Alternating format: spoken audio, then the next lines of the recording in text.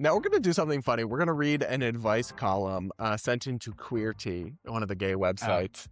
And they have an Ask Jake where they have some woke person who answers their, but we're going to give our own Jake answer sounds instead. Sounds dirty. Give me your blunt reaction to this headline. My husband developed romantic feelings for someone we slept with. Is there a way back for us? Oh my God. Hey guys, welcome back to Normal Gays, where we take on LGBT insanity. I'm Brad Polumbo here with Clarkson Lawson. What's up, guys? Sorry, I just waved like that. I look like a... That's going to be a bleep, early bleep. But oh, what are we doing this week? Oh, we're doing a deep dive on our favorite Instagram beggar. We figured out she has a TikTok, and we figured out she's more famous than Brad. Our best friend, Leanna.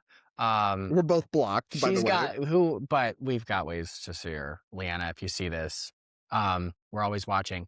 But we did a deep dive on her past, so we actually know everything about you now, Leanna. And we're going to show everybody for our members. Or we're going to show our members. I can't. And we're going to make money off of you being poor.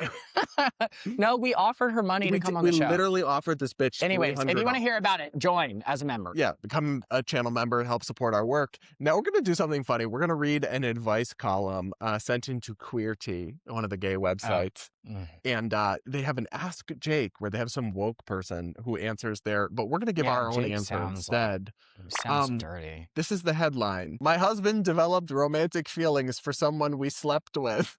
Is there a way back for us? Oh my God. But I hear about this happen. I'm just shocked. So much. Who could have anticipated this? Let's be so for real. No matter how much, I'm just going to say it, no matter how much poly people or open relationships pretend like this is not a possibility, if this is my theory, if you're in an open relationship and you're with the person that you're meant to be with, you may be able to do it and not catch feelings for somebody else. But if you're in an open relationship with somebody that you settled on anything with, there's always going to be the potential that somebody better is going to come along and you're going to like them more. Why don't we read his letter and then we can give our thoughts on it? Because he wrote a letter into the columnist. It says, "Hi Jake, I have been with my husband for 13 years and I believe we love each other very deeply. That said, we opened our relationship several years ago and I've had some issues with it, especially one experience that still lingers with me. A few months ago, we shared someone my husband invited over and I was okay with it at the time. I did notice that the guy seemed more into him than me, which I told myself was fine until I accidentally read a text message on my husband's phone a week later. In it, he said he wished he could be cuddling with him, something he doesn't express with me. That's when I realized this wasn't just a hookup for him and that he may have wanted something deeper. Even though I invaded his privacy by reading the text, I confronted my husband and shared how hurt I felt. We talked about it at the time, but shortly after, the guy moved to another state and it was never discussed again. Since then, our own intimacy has waned. I recently tried to cuddle with my husband, knowing he likes that, but he shrugged me off. Over the last few weeks, our sex life has become non-existent.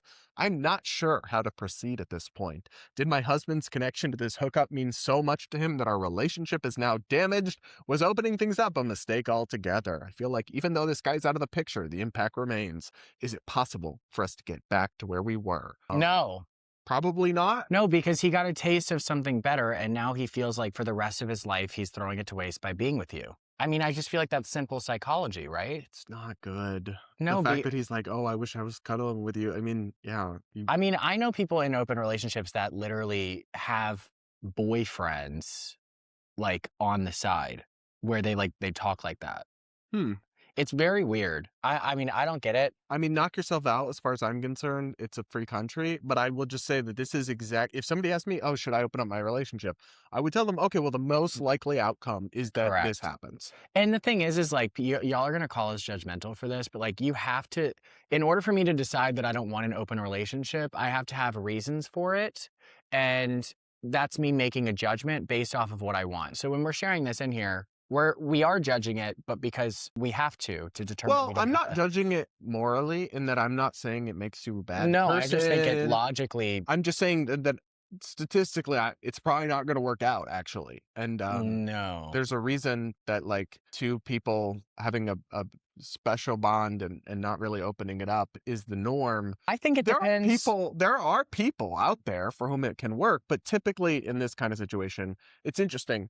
Years ago, I saw a therapist who was a gay man and who specifically worked with gay men, and he was very liberal, very woke, but he had one thing where he was like, I am so anti-open relationship, Mm, because he had seen gay man after gay man after gay man and gay couples he counseled, and they all did this, and it seemed to almost never work out. So I'm just saying, it's typically well, you're looking for something else that's not in the relationship, and it's often deeper than just the physical. And you can say, oh, it's just sex, it's just physical, but that tends to bleed over, especially when it's like yeah. repeat with the same person. It's not like I I'll push back on the therapist example because that type of evidence, I mean, obviously anybody in a healthy relationship isn't going to a therapist. So he might um have a little bit of a skewed perspective on like, sure, it's anecdotal, yeah. but But I mean, either way, I don't disagree with him because I've met a lot of people who just they break up because of it.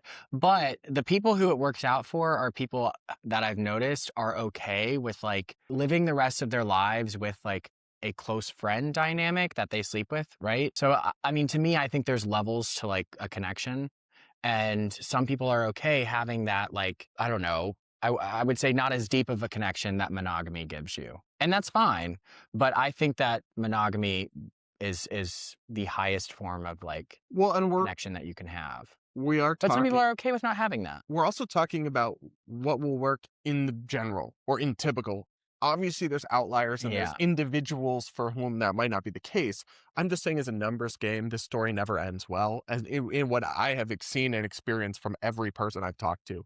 Now, yeah, Listen, I'll tell you guys my philosophy, and it is from recent experience. This is how I logically explained it to Brad. If you have a husband and you want to, I don't know, hang out with me like adults hang out, I think that if the husband knows, I'm open to it as long because then I know that nothing's going to come from this and I just shut off any form of emotion and that's fine. I don't want it for myself, but that doesn't mean I won't indulge. but doesn't it make you a little hypocritical because you're so vocally anti it, but then you like No, because enable it? I believe in freedom of choice. Not everybody's going to believe in my choices, but that doesn't mean I'm going to be quiet about them. But you're saying like open relationships are bad, and then you're out here I've never said dallying with open them. relationships are bad. I'm just saying that I think that they don't give me the connection, I a know, deeper I'm just giving you a connection. hard time. I know, but It's I'm really ready to fun. debate this. That's Oh why. my God. Logically, it makes sense for me to not want this for myself, but to be okay with I think somebody so. else's choices. Sure. Do you want to read this or should I? I can read it. What is this? This is Jake's Oh, response. this is The therapist's response. he sounds kind of like he doesn't shower, and I feel like he sits on TikTok and he has like uneven beard, greasy hair. That's the when you read a book and you get an image of the character, that's who Jake Okay. is. Open relationships can be a great thing for many long-term couples, but they're also complicated. In a threesome, it's not uncommon for two people to connect more than the third, which can bring up jealousy or hurt. And if emotional attachments start to form, you can't just turn them off because you're married. Sometimes connections grow in ways no one planned, even when everyone is trying to keep things contained. When this happens, things can feel messy, even threatening. But 13 years together says a lot. It suggests you've already found ways to move through difficult moments before. While this situation may feel especially charged right now, continuing to meet it with honesty and openness can make it possible to find your way back to each other. Here, the deeper hurt doesn't seem to be that your husband was talking to someone else, but that he was offering a kind of tenderness you weren't receiving. Wanting to cuddle can feel even more intimate than sex. It's about closeness, vulnerability, and feeling held. When those softer parts feel shared elsewhere, it can leave a relationship feeling shaky, even after the third person is gone. It's likely that the state of your intimacy already had some cracks before this happened. Wow, gaslighting. That's not unusual in long-term relationships. Over time, desire can shift, routines can take over, and things that once felt alive can start to feel familiar. Opening the relationship probably didn't cause that, it just made it harder to look past. Here's the thing, if you love each other, and it sounds like you do, staying in the conversation matters. You can't let the unsaid fester. While you did talk about what happened with the text initially, the conversation didn't continue. And when something meaningful is addressed once and then set aside, it doesn't really go away. It tends to resurface later as distance or disconnection. This is just a bunch of word salad. Yeah, he's trying really hard to not say anything offensive. But here's my one thing. So just read this next paragraph, then I'll give you Which my one? The thoughts. top one? Yeah, or I'll say, rather Yeah, than yeah. focusing on whether opening the relationship was a mistake or even making it about this one guy, it may be more helpful to ask what still hasn't been fully talked through between the two of you about intimacy, desire, and closeness. These conversations usually take more than one pass. So here's the problem. He is too afraid to say, yes, it was a mistake. In Yeah. this, we can debate whether it works for some people. In this case, it was clearly a Well, mistake. yeah. Obviously a mistake, but this woke therapist is too afraid to say that.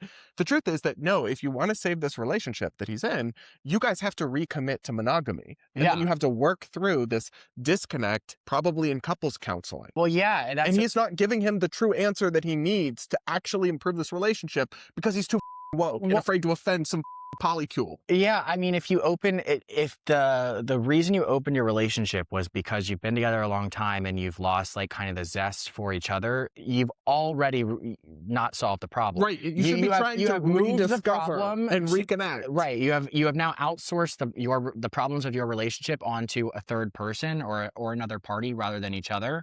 Like I think maybe, and this would be a theory, is that the open relationships that do work, they do so because they still like have that for each other. But if I were to ever do it, which I never would, I would say that if at any point my relationship got boring, that's when you should actually go back to monogamy rather than opening it up. Does that make sense? Yeah, I get what you're saying. So I feel like that's probably the problem with a lot of open relationships. I don't know. And I just don't think they can give good advice when they're so afraid of being offensive. I know. That's why they need us, the I normal know. gays. Imagine is that a real therapist? Mhm. Oh, God. Yeah, we should be their therapists. Yeah, we should. Maybe I'll go to school for therapy. Okay. I wouldn't take therapy advice from you. I think I could give great therapy advice. Why don't you try taking it? No, that's different. Oh. Those who can't do teach. Okay. All right, guys, let us know what you think about all this in the comments. Do consider becoming a channel member to support our important, hard-hitting, investigative work. All I And, did was stalker TikTok, but we will be back real soon.